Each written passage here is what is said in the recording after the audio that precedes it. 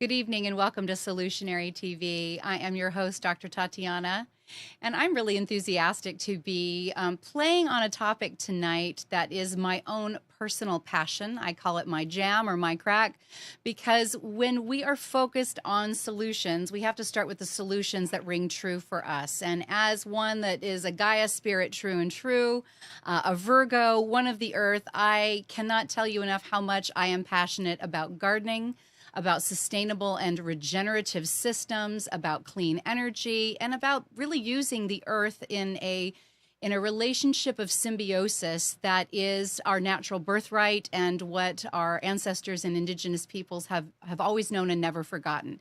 So tonight we have a very special guest, and I'm excited to introduce him. His name is Greg Peterson, and he is with the Irvin Farm. Let me tell you a bit about him, because he's got a wealth of knowledge to share with us about what can be done in very small spaces. Greg Peterson is a green living and sustainability innovator, having appeared extensively on television and radio, and is a frequent guest columnist for publications. His mission is to inspire people to embrace their own greenness, which he does daily by living what he speaks. His master's degree is in urban and environmental planning and is augmented by 34 years of real-world self-study, ownership of multiple businesses, and a rich background in entrepreneurship, computer training, software development, and management. As a resident of Phoenix for the last 48 years, Greg is well-versed in urban sustainability and food production, permaculture, and innovated the Irvin Farm. On his 1/3 acre property, he has featured the tenants of that urban farm, featuring an entirely edible landscape. Yes, entirely edible. We'll hear more about that in a minute. Including over 75, can you believe this, 75 fruit trees, rainwater and gray water harvesting. We'll talk more about gray water. 3 solar applications, and the extensive use of reclaimed and recycled building materials. There's so much more I could have spoken about, Greg, but I'm going to let him do that. Welcome, Greg. Such a thrill to have you here tonight. Oh my gosh, thank you so much for having me. I love doing these. Well, this is what you do. I mean, basically, you had your own passion, you personalized it, you made it your own. You proved the principle, which we all know we learn best when we actually apply our knowledge and our wisdom, and nothing beats the school of hard knocks. And then the gift that you give in creating the Urban Farm, and I found you because I follow those that are speaking big things and ideas into the world of regenerative systems, sustainability, and permaculture. I follow your podcast and a lot of the great recordings and the experts that you have there. Our viewers, they need to know more about what you're doing, because so many of us think, I only have this postage stamp of a lot, or I've got really restrictive covenants. So if we can just get our viewers excited about what you've been able to do, starting with what you actually practiced in a tried and true way as an application before giving the gift of having so many other experts working with you, tell them how you did it. Tell them how you actually got a conceptual vision around what you've been able to do with your 3rd acre. Well, so I actually started in 1975. This whole thing started for me when I was 15, and I wrote a paper on how we were overfishing the oceans. And it struck me then that there was something deeply wrong with the way we were living on the planet. And for me, it started with food. Fast forward to 1991, I had multiple things happen for me in 1991 that were pivotal. I did this seminar. It was a 2-weekend seminar called the Advanced Course at Landmark Education, and I had to define for myself who I was in the world. And I created myself in that moment. I created myself to be the person on the planet responsible for transforming our global food system. Wow. I have no idea where that came from any more than No small beans on that, was that, Greg? well, who knows where I'll get with it, but it'll be what it is, and but that's it. It drives me forward every day. Mm-hmm. So then I discovered also in 1991 a book called Ishmael by Daniel Quinn. Mm-hmm. And I live by Quinian philosophy now. He has, I don't know, 14, 15 books out talking about how we came to dominate the planet and the faults with that. Yeah. So those two things happened in 1991. I had two more things happen in 1991. And the third one was I discovered permaculture. And I like to call permaculture the art and science of working with nature. Because as my late friend Toby Hemingway said, nature always bats last. I'm going to say that again. Nature always bats last. Yeah. So we, as human beings, need to figure out how to work in conjunction with nature. And we human beings, we spend our lives fighting nature. And so we have to shift that. We have to start working in the flow, rather than against the flow. Exactly. That seems so simple. When you say it, it sounds utterly common sense. And we don't think about the fact that in permaculture speak, which you and I do, I'm a certified permaculturist, and I have tried to apply that on the property that I have, 2 gorgeous acres. How much can I permaculture and work with nature here? The idea is to respect that nature is in a state of progression. She is always in a state of progression. Yep. She doesn't like to be unclothed and have her soil tilled to excess to the point that the brown earth and the microbes are exposed. She likes to immediately pick up on whatever she can to blanket herself. And so when you think about the simple things about a good day to plant and sow, paying attention to weather patterns, paying attention to water flows, all of this is just respecting that nature has intelligence and that maybe we should work with that intelligence rather than treating it like an object that we've over-commodified in our mind, perhaps. Right. Yeah, exactly. That's a good way of putting it, over-commodified. So let's talk about your 3rd acre. Give us more of this juicy story. Hold on. There's one more piece here. Piece number 4 from 1991. This one hit me upside the head like a Mack truck.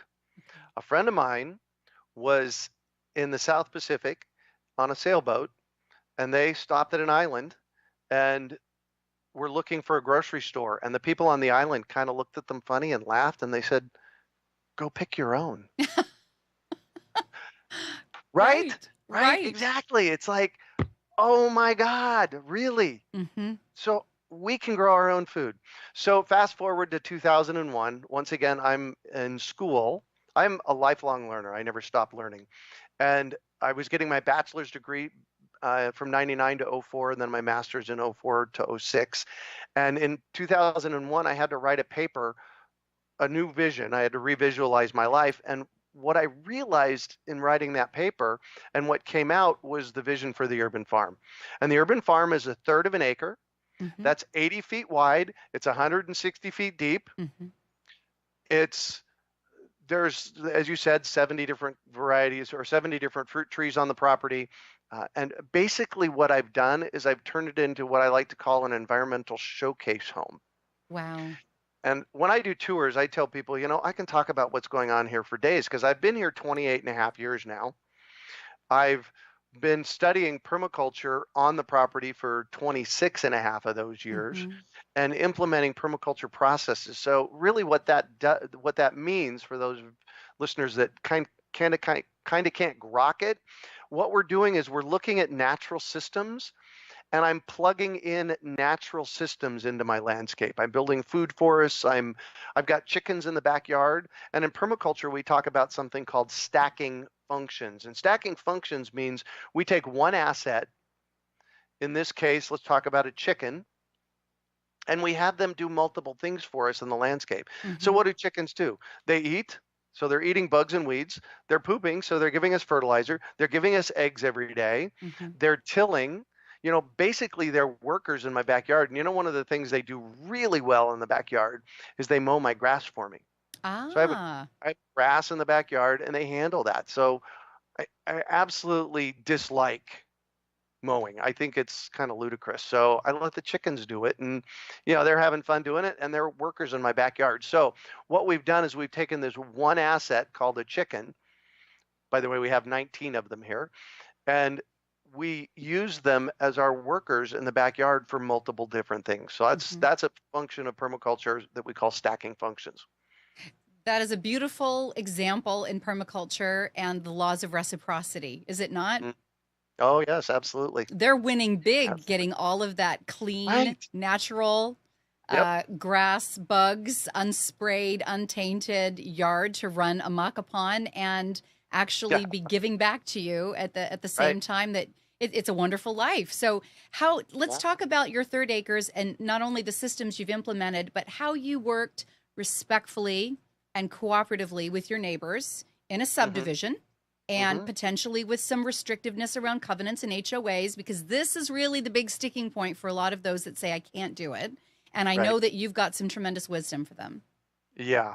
So given I have 2 planning degrees, urban planning is city planning, essentially, I learned a good almost 20 years ago that we have to make it pleasurable to look at. So my entire front yard is edible, and I have 42 fruit trees in the front yard.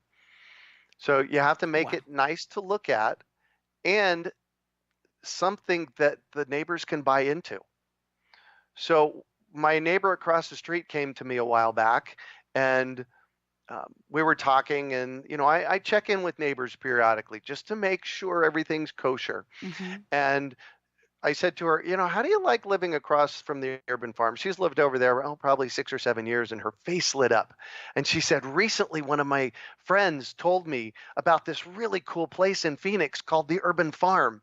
And then she kind of did this, and she lit up, and she said, yeah, they're my neighbors. Wow. Pride of association. Yeah, exactly. Exactly. So making it something that the neighbors can buy into.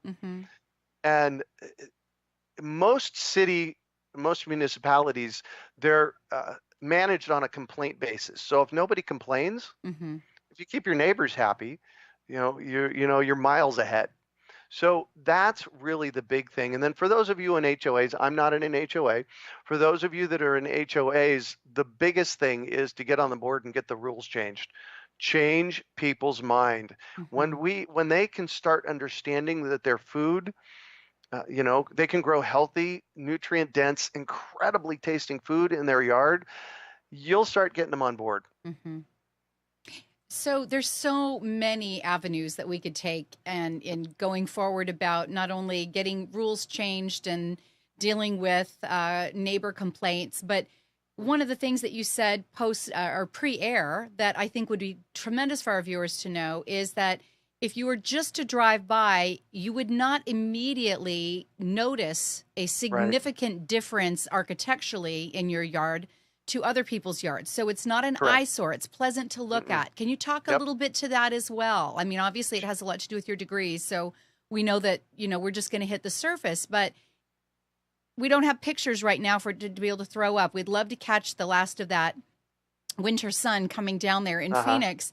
I would love to draw a picture for them verbally of what they would be looking at if they were to drive by. Perfect. So my front yard, like I said, there's 40 something fruit trees in the front yard, and the center of the front yard is open. So if you were to drive by, unless you knew what you were looking for, it would look like every other house on the street. And what I've done is I've put a citrus hedge. I've got 14 citrus trees. Well, they're citrus bushes that run right next to the street. So people driving by are going to see, right now, they're going to see navel oranges, all kinds of them, which, the neighbors know that they can pick a few of them. They're not baseballs for the kids. And so there's a sharing piece that's going on here as well. Lovely. And one of the things that I've noticed decades ago was the amazing abundance that is in nature. When we start growing things, they produce so much. So I've started saying over the past couple, 3 years that there's only one place on the planet that lack lives. You want to think about where that might be? Well, we've got everybody scratching their noggins. You go ahead and there you go. Right. Scratching your noggins. This is the Perspective. only place that lack lives. Mm-hmm. When I look at my landscape, it is so incredibly highly productive. I will probably harvest 1,000 pounds of oranges off of my third of an acre this year, and a lot of them are in the front yard in the place where the neighbors have access to them. Mm-hmm. So then if you walk up the driveway, on the left, I've got a peach tree, a loquat, uh, and 8 apple trees. And Wow. I put a lot of hedges up. I like hedges, so hedges are better than fences as far as I'm concerned. Mm-hmm. And then on the right is the open front yard. And the open front yard has grass in the middle. And around the periphery, I've put in garden beds. So in the front yard, I probably have 4,000 square feet of garden beds that we regularly grow groceries in. So right now, we're in the winter here, and the good news is in the desert, we can grow all through the winter. Yes. And so we're harvesting broccoli and Swiss chard and kale and carrots and beets and fennel. There's fennel out there, nasturtium. So there's just this plethora of stuff that what I've designed in the place is that a lot of these things go to seed and they replant themselves. Yes. And they come back year after year, so that there's nothing for me to do except harvest food when it comes up. Right. And Right. that's, you used the word a couple of times, regenerative. And when I say regenerative, that's the kind of thing I'm talking to. I'm talking to a process that you put in place, that it's like a snowball. You put it in place and it starts rolling and it continues to roll. Mm-hmm. So every year I have parsley, oregano, basil, mint, nasturtiums, lettuce, cowpeas, which are like a really nice bean. I know. There's at least another dozen things that just plant themselves year after year after year, so that all there is for me to do is to harvest out of this awesome food forest. So that's what the front yard looks like. So you've got this amazing reciprocity in the backyard with the chickens. Mm-hmm. You've got this amazing sense of volunteerism going on in the front yard with the reseeding, right? Yes. And obviously good soil, because they're shedding and they're adding to your topsoil. They're nitrogen fixing and oxygenating that soil. Yep. Let's talk a little bit about how you decide what you want to plant, because we know that for those our viewers that are excited about biodynamic concepts, permaculture, working with some of these regenerative systems, we don't necessarily go and pick up the seeds that are, sitting at the edge of the little carousel at the Home Depot or at the, regular hardware store. Sometimes we're a little bit picky. We want the heirloom. We're looking for organic seeds. We're looking for things that are harder to come by. How did you choose what was going to serve your homestead the best? Well, so the big piece is I plant what I love. So I don't grow things that I don't love, unless I'm growing for somebody like Mom. So I'll grow eggplant for Mom because she loves them, but I'm not a fan of eggplant, so I don't grow them. So piece number one for me is, what do I love? And then I only grow that. Mm-hmm. Then I look to nature. Piece number two is, what grows when? Mm-hmm.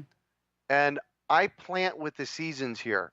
It's really important to just let nature be. So it'll get down close to freezing here in the next 2 to 3 weeks here at the Urban Farm. Mm-hmm. But I don't cover anything. Wow. Because I only plant things that that are going to thrive in the environment that I have them in. So they're hardy to your zone. You make sure that you're really selective about what's appropriate for the zone. Yeah, exactly. And so I plant summer things in the summer and winter things in the winter. Mm-hmm. So the time to plant tomatoes here is in January, and we basically grow tomatoes from January into June, and then they just they toast in the heat. So I don't try to grow things outside of our season. That's a really important piece. So what do you love? And then follow what nature would do. Mm-hmm. And that seems so very simple, Greg. And I know that it's kind of a thing that's been lost since the baby Uh, boomer, World War II generations. Remember Liberty Gardens? You remember oh, that yes, we yes, were, yes. we were told and encouraged by our government and by the agencies that motivated us to take a lot of pride during Hmm. times where we were brought together and were collaborative, certainly around World War II. Let's grow our own food. Let's create an ease on the system. Yep. Most of us don't even pay attention to the labels to take a look at the mango or the pineapple. Where it came How from. far Yeah. did this come? How much petroleum was used to get it here? How many? Hmm. What is the true cost? We had a fabulous guest that was on several months ago, Zoe Weil with the Institute for Humane Education, and she's all about teaching her students what the true cost of any given item or commodity is, which is not Mm-hmm. something we're trained to think about, critical thinking Right. skills. So when you look at what you're growing there and you're planning it according to the hardiness of the zone and maybe some that have also been acclimated, particularly to, Right. some of the weather patterns that do really well in Phoenix, talk to our viewers a bit about how you've learned through the School of Hard Knocks, in addition to your master's degree, what Hmm. really makes your property permanently successful and verdant. Oh, well, that's a good question. Um, Planting open pollinated seeds, Okay. that's a piece of the permanence. Uh, And that's a piece of the regenerative process as well. Mm-hmm. Again, they plant themselves year after year. Right. Another thing is, like I said, 70 fruit trees. I run a fruit tree program, education program here in the Phoenix metropolitan area, and we delivered over 5,200 fruit trees to people in the program last year. So it's an education program. They learn how to grow fruit trees successfully, and then they can purchase trees from us. And another successful piece is that is the fruit trees. I love fruit trees because you plant them once Mm-hmm. and they make fruit for decades. Right. They're So prolific.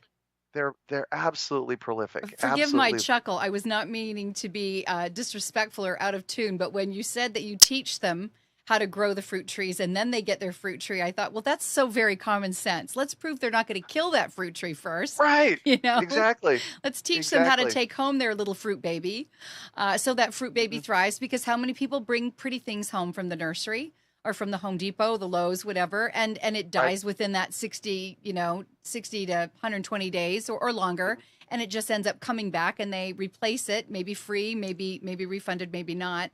But knowing how to care for things is not always Right. an intuitive relationship, is it, Greg?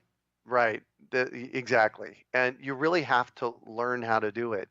And I've done something that I would say is revolutionary this year in my fruit tree program, and that is that I'm guaranteeing my trees.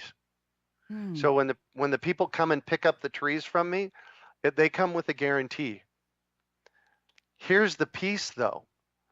They have to learn how to take care of that tree. And as part of the guarantee, they take responsibility for making sure that they learn how to take care of that tree. Right. And that's really the rub. So it's no fun for me for somebody to buy a fruit tree from me and take it home and have it die. Right. It's not serving my purpose, which is to create a regenerative food system here in the Valley of the Sun between now and when I die. Well, So what, good go ahead. stewardship, right, Greg? Exactly. Good stewardship. And so what I've done is I've taken that, I've taken the idea of being successful growing a fruit tree and teach them. So I do online classes, I do in-person classes, I do on-the-phone consultations, and then I put the responsibility on them to make sure that they know how to learn how to do it Mm-hmm. and make sure that they do it. And then if there's a problem, they just have to email me with pictures and we'll kind of diagnose the problem before it's ever a problem. So this really goes, for me, this really goes to the success of how to get people happily, prosperously growing food. And we absolutely have to teach them how, because we've lost that as a culture. Yes. Our grandparents knew how to do it. My mom didn't really know how to do it. I learned starting when I was 14. I know that my niece and nephews don't have a clue where their food comes from, number one, or how to grow it. Mm-hmm. Most people, if food stopped coming into the valley, actually, here's an interesting statistic. Most urban areas have a 3-day supply of food.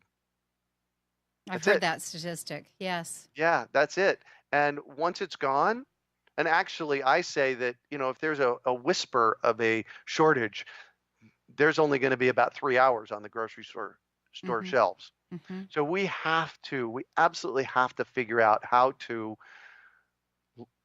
grow our own food again. Mm-hmm. And what I'm really inspired by are the amount of young people, 20 somethings and 30 somethings that have taken on being a farmer and growing their own food. And that's one of the things that I teach here in the Valley.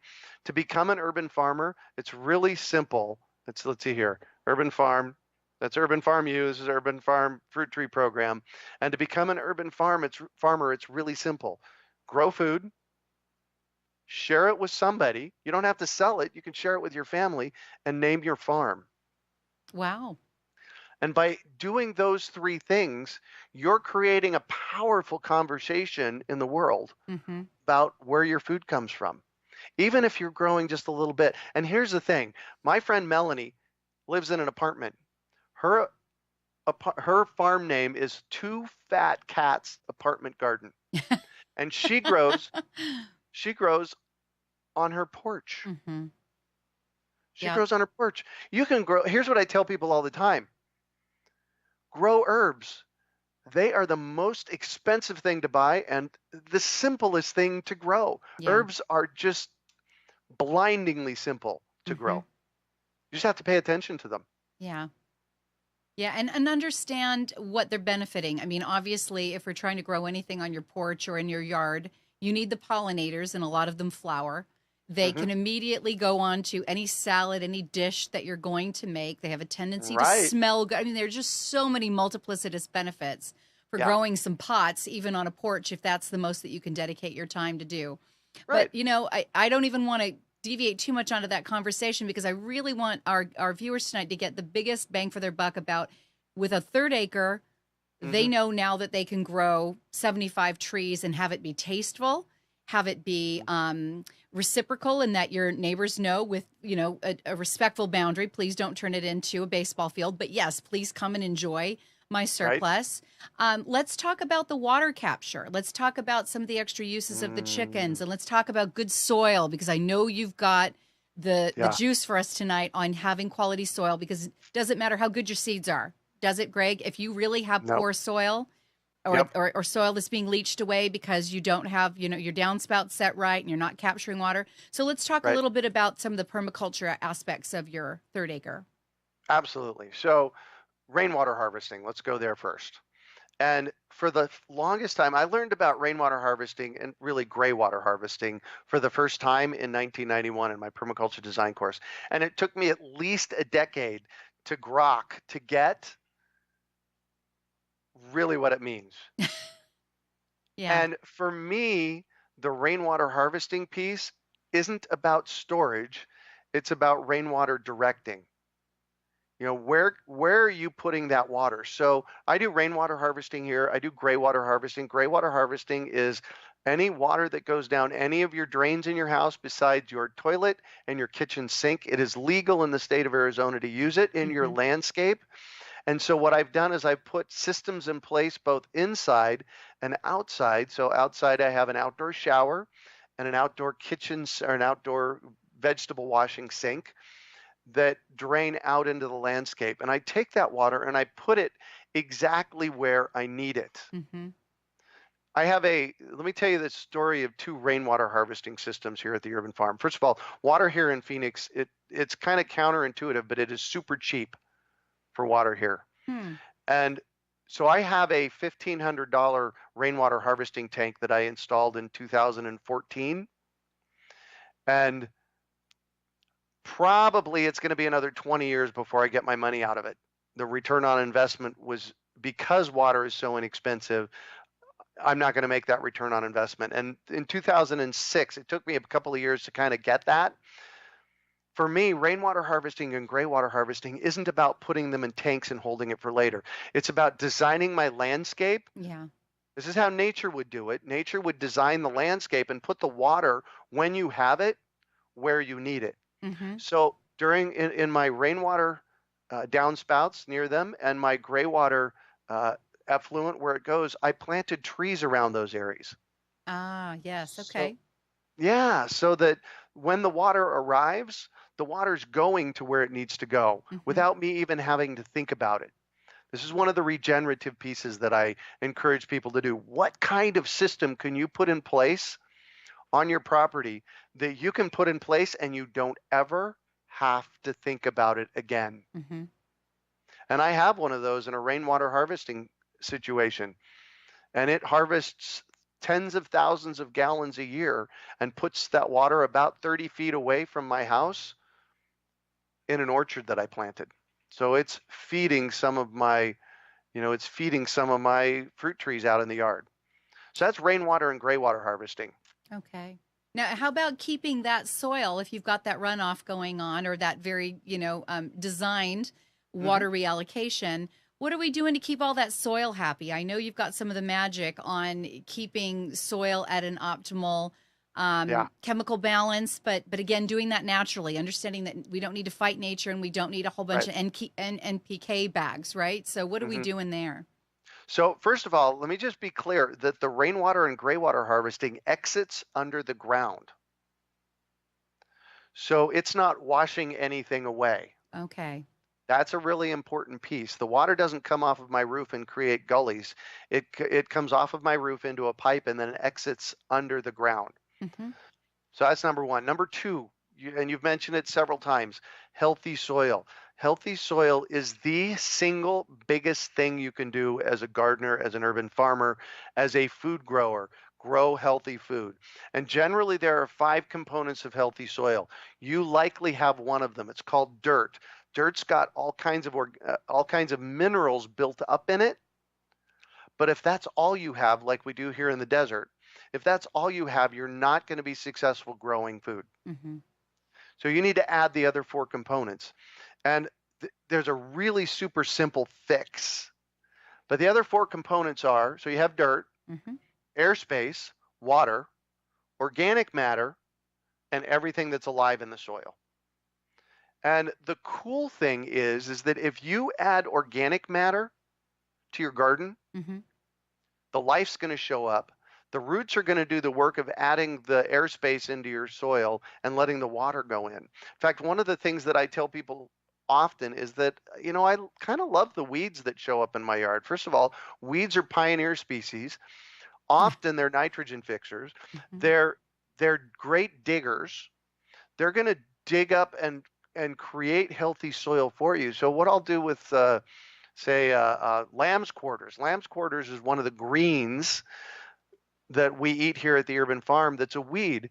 And I'll let it grow to 2 feet tall. I'll harvest the top, which, by the way, again, it's a pioneer species, so it's digging out the nutrients out of the soil. I'll harvest the top. I'll cut off that plant ½ inch below the soil.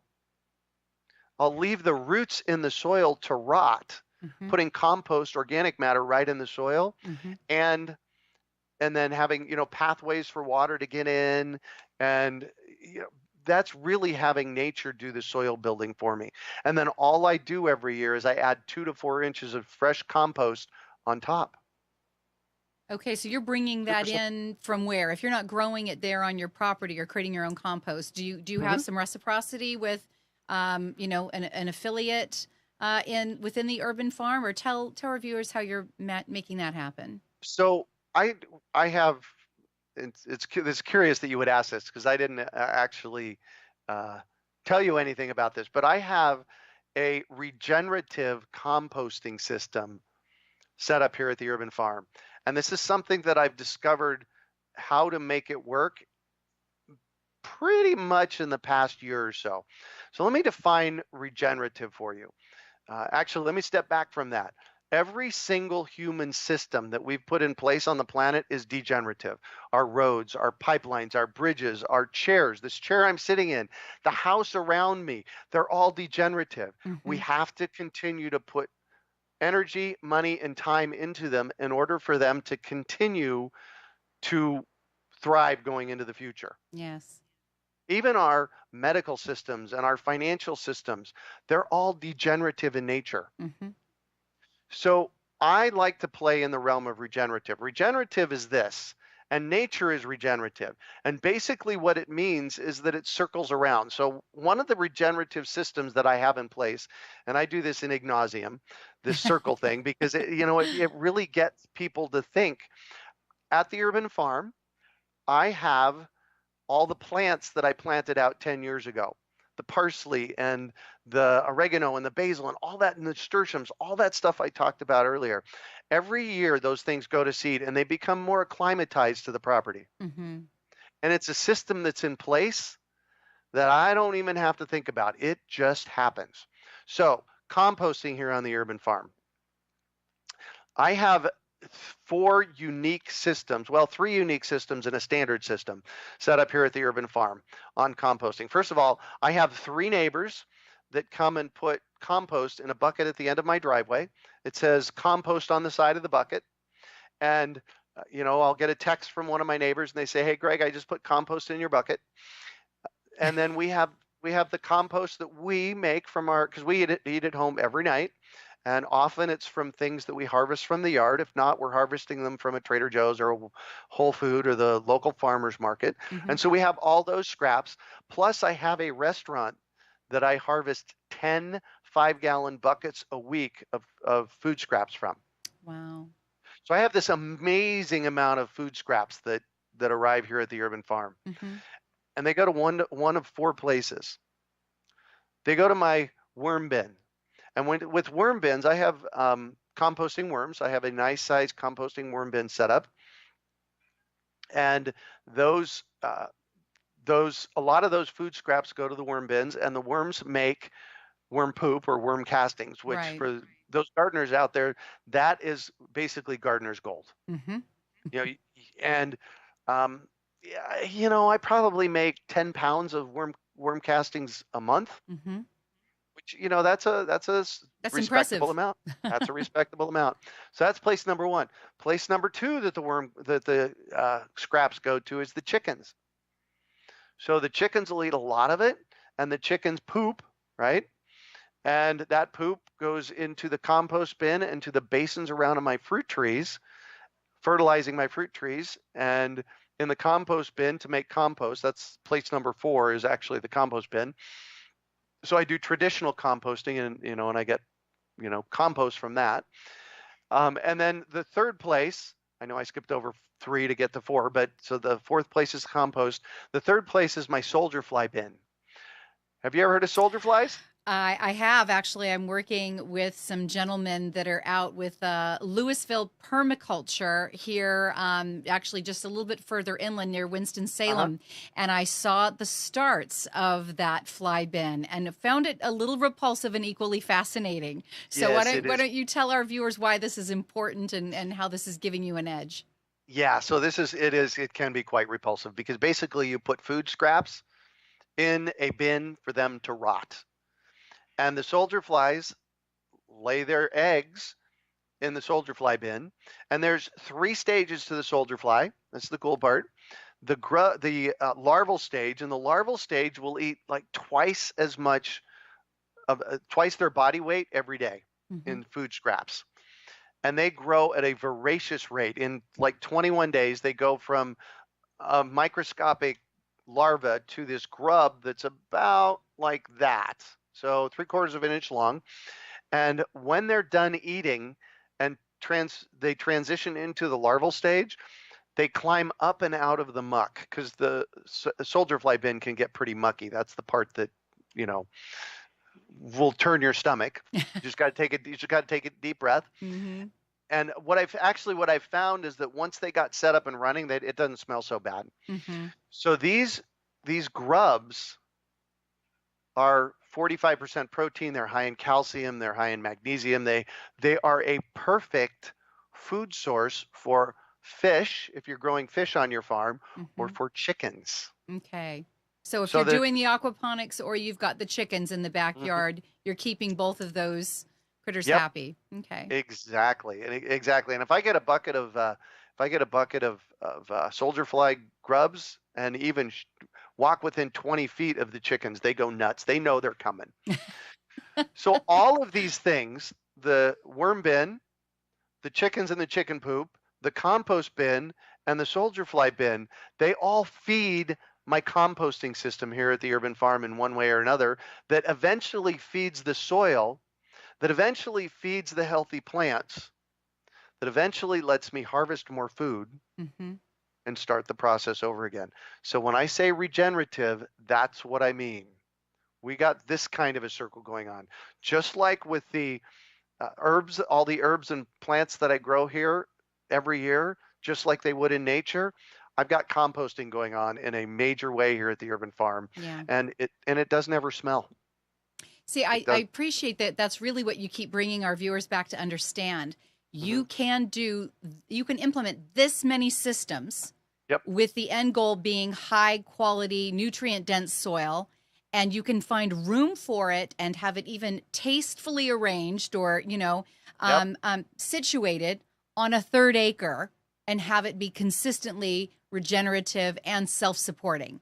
That almost seems incomprehensible to anyone that can't see it, which is why towards the end of the segment, we're going to give everyone the addresses and, the emails and your podcast, because I want them to see what you've been able to accomplish. Sometimes you kind of need to put a vision with the descriptor terms, right, Greg? Yeah, but exactly. all of these things have been feasible and implementable on a 3rd acre. Right. Exactly. And, so I've been here 28 and a half years at the Irvin farm, and that's actually not quite the truth. I spent exactly 1 year here, not here, about 4 years ago. Okay. I got to a place after living here for 24 years. It was like, okay, I need a break. So I leased the Irvin farm to a friend of mine, and I sold most of my stuff and I moved out. I didn't know what was going to happen. I didn't, it was time for a change in my life.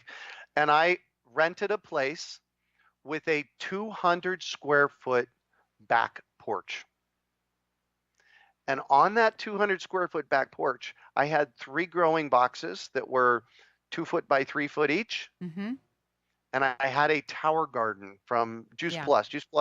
The Juice Plus Tower Garden is an absolutely flipping amazing piece of technology. Agreed. If you want to get jump started and get your garden growing right now, there's a little bit of a cost to get going up front, but get a Juice Plus Tower Garden. They are absolutely amazing. And in that 200 square feet, I grew enough food that I could eat out of that.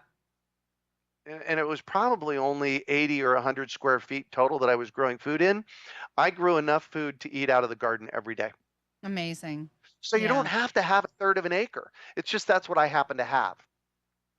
It really is kind of rethinking the spaces that we live in and recognizing how much wasted space exists in a stucco wall or in a concrete slab. Isn't it, Greg? It's really reimagining how to use it in a way that's much more effective and is going to be part of your ongoing life skills as you develop them to create this type of a lifestyle.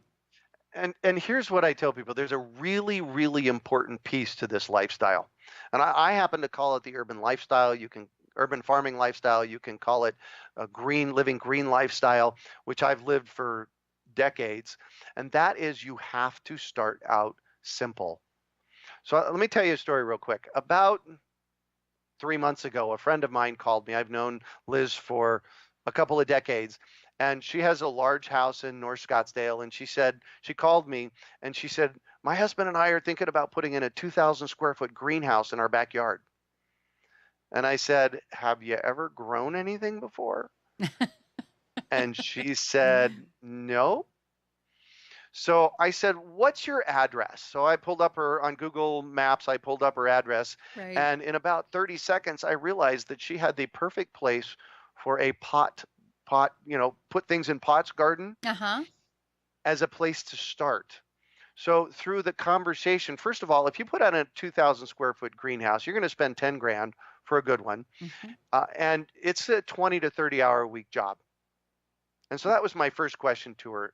And that was, do you have that? Yes. So, and then my second question is, have you ever grown anything? Well, no, I've not ever grown anything. So we started looking in this eastern facing patio that she has.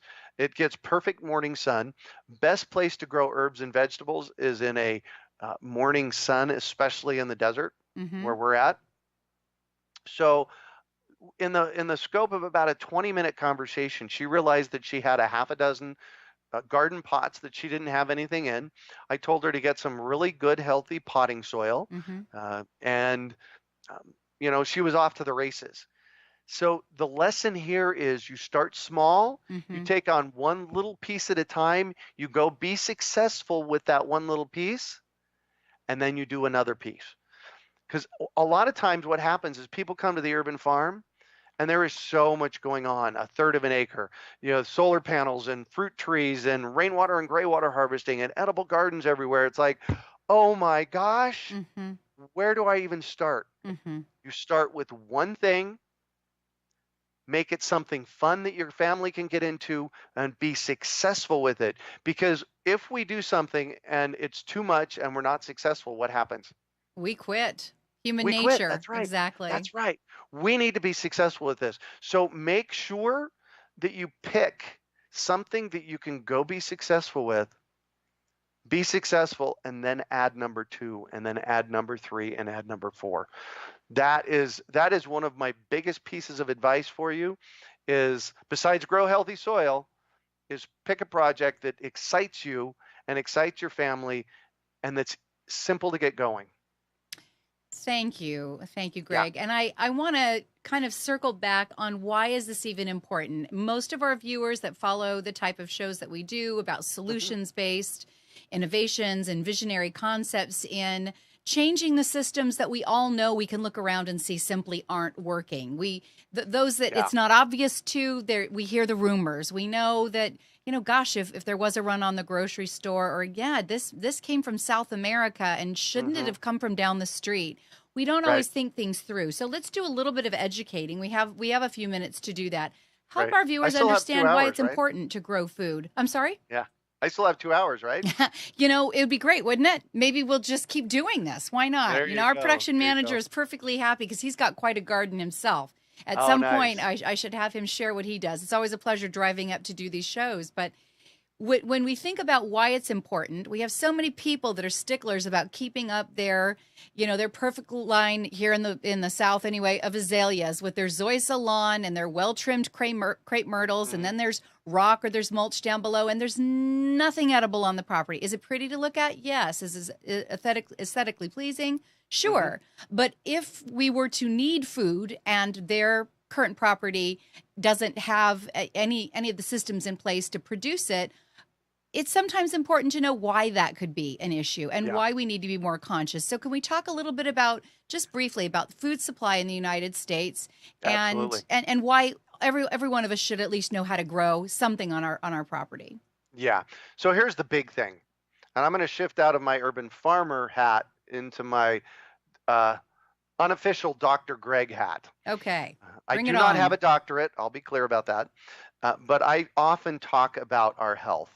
And the single biggest reason that we need to be growing our own food is because it's healthier.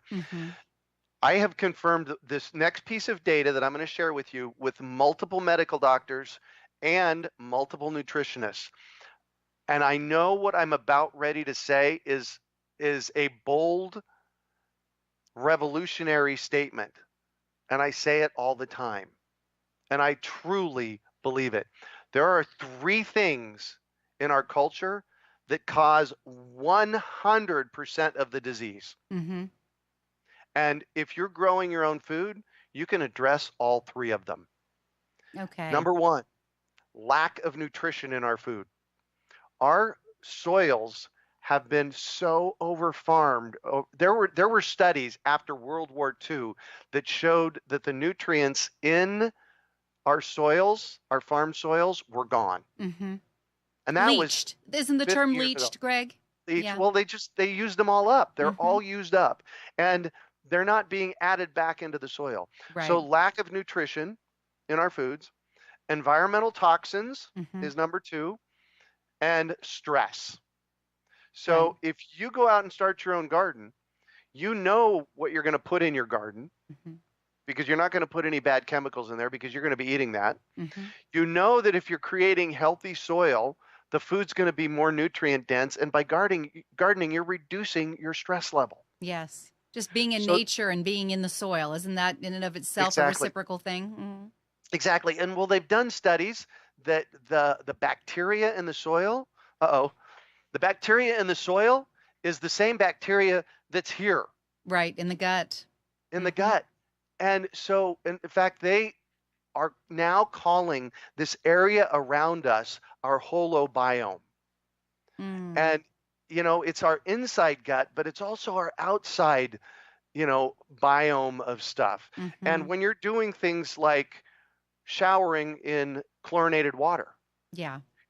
that's environmental toxins, and Mm-hmm. you're negatively impacting your health. Mm-hmm. When you're using chlorinated water to water your garden, you're negatively impacting the life in the soil. Yeah. So one of the first things I tell people to do is stop using chlorinated water at your house. And you can put a whole house chlorination system on. We sell on our website. We sell small systems that you can put on a hose so you're not, chlorinating your garden. So there's many things you can do, but that's number 1. Mm-hmm. Stop using chlorine in your house and don't shower in chlorinated water. That's disastrous. So bold statement, 3 things in our culture that cause 100% of the disease: lack of nutrition in our food, Mm-hmm. environmental toxins, Mm-hmm. and stress. Yes. Oh, Go that's garden. beautiful. Go Yeah. garden. Go garden, Bumper Dave. Go sticker. garden. Permanent solution. Go garden. Yeah, exactly. And I bet you do have something like unto that bumper sticker through Irvin Farm and your many affiliates and obviously through your store. And I love it. I'm all for the slogan. It will save your life and it will improve the quality of your life, unquestionably. Absolutely. Absolutely. So Let me hit you with one more thing here. you bet. Okay, cool. So one of the most important things for our gut health is that we're eating food in season. Food that's ripe when it comes off of our plants. And what I want to tell you is that when they're harvesting something in Peru Mm-hmm. or Australia and they're putting it on a plane and shipping it to us, it is not fully ripe. Right. It's It's lacking got the enzymes, isn't it, Greg? it's lacking the enzymes, and it's got it's got lectins in it. I read a book this past summer called The Plant Paradox, an absolutely amazing book, and it talks about what happens when a piece of fruit or piece of vegetable ripens, Mm-hmm. and the bad lectins or the anti-nutrients, they go away. So to your point, for our health, we want to eat in season also for our health. So that's, those are 2 of my biggest reasons: is grow your own food because you know what's going in it. You know it's going to be ripe when you pull it off the plant or the tree, and it's going to be healthier for you. And I'll tell you what, here's the thing. When I pick a peach here at the Urban Farm, this is how I have to eat it. I have to go here because what happens is when I eat the peach, the juices explode and they'll just Yes. go down the front of me. And when that happens, you will never buy a store-bought peach again. It Isn't won't it the happen. truth? Isn't it It the won't. truth? Yeah. I'm a native to Southern California, and of course, that's the Yep. breadbasket of America when it comes to, our Yep. produce. And I remember as part of social and youth project, we would have to go to the peach farm that was out near Pear Blossom, out towards the desert and past Valencia. But anyway, the long and the short of it is that was a treat. When we were Oh, told yeah. to go and pick the peaches on the peach farm to make sure that got passed along mostly to those that were in a charitable, need. That was how this was as a Right. church farm. We knew we were going to indulge in the juiciest, the freshest. Not only were we going to have a lot of, snowball fights a la peach, but we were going to go home absolutely, satiated in ways that Peachified. only a fresh peach that's warmed by the sun can taste like. And Oh my God. it's true. You get a tomato out of your garden, it tastes entirely different from whatever you got from even the nicest, organic section of a grocery store. And a big piece of that is because it's ripe on the tree, it's more nutrient dense. Right. What you're tasting is the nutrients in it. So for your health, you have to grow your own food. I love this. All right, so we have a few minutes left on the hour. I want all of our viewers to know how they can start to get more information about Urban Farm. They can follow your podcast, listen to some of the tremendous wisdom of the other homesteaders that have been doing these things that you have as guests. Let's give some props to what you're doing and what you're offering, Greg. Perfect. Thank you.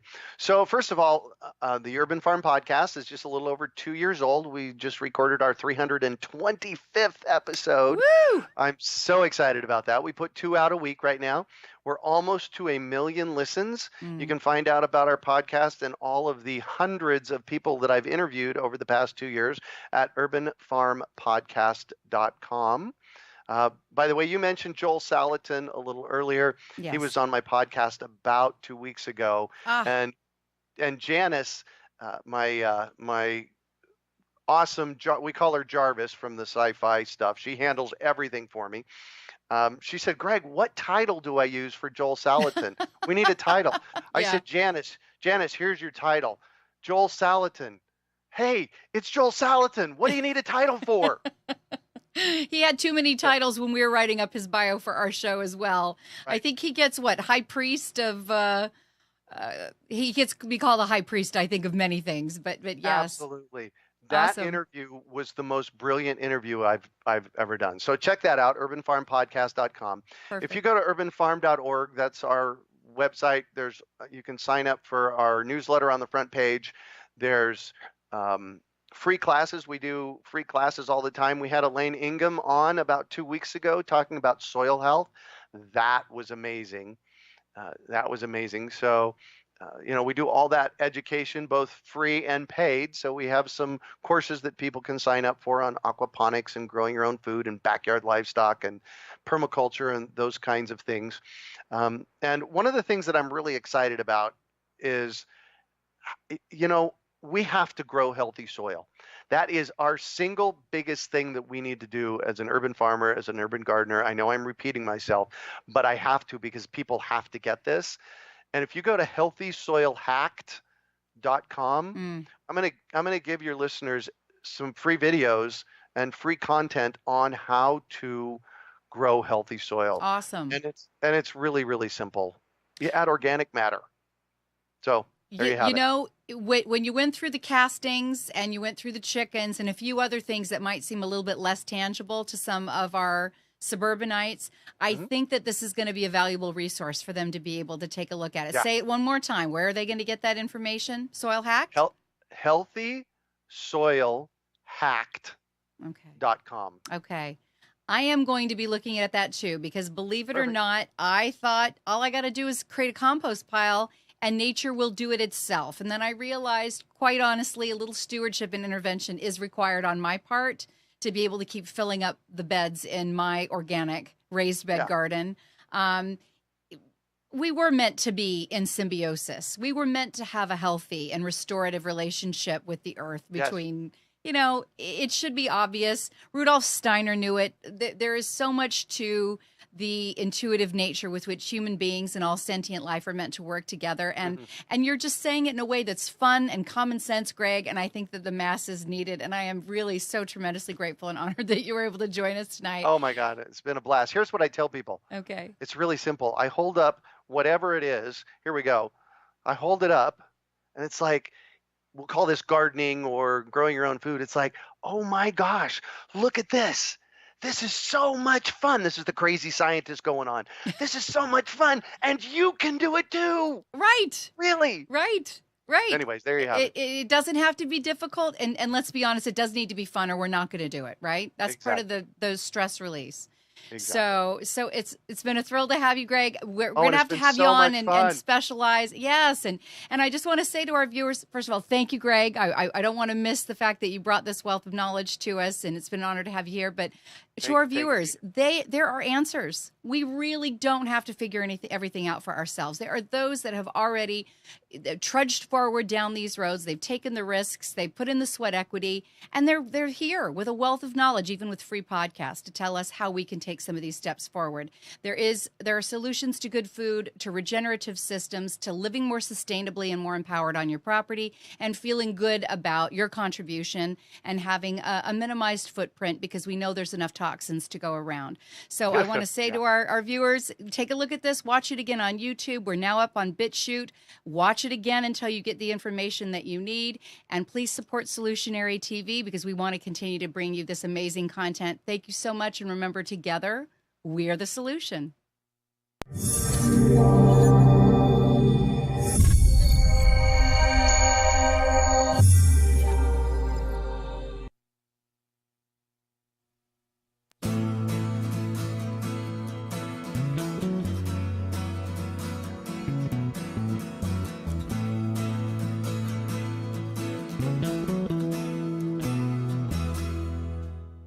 You are tuned to the Nissan Communications Network.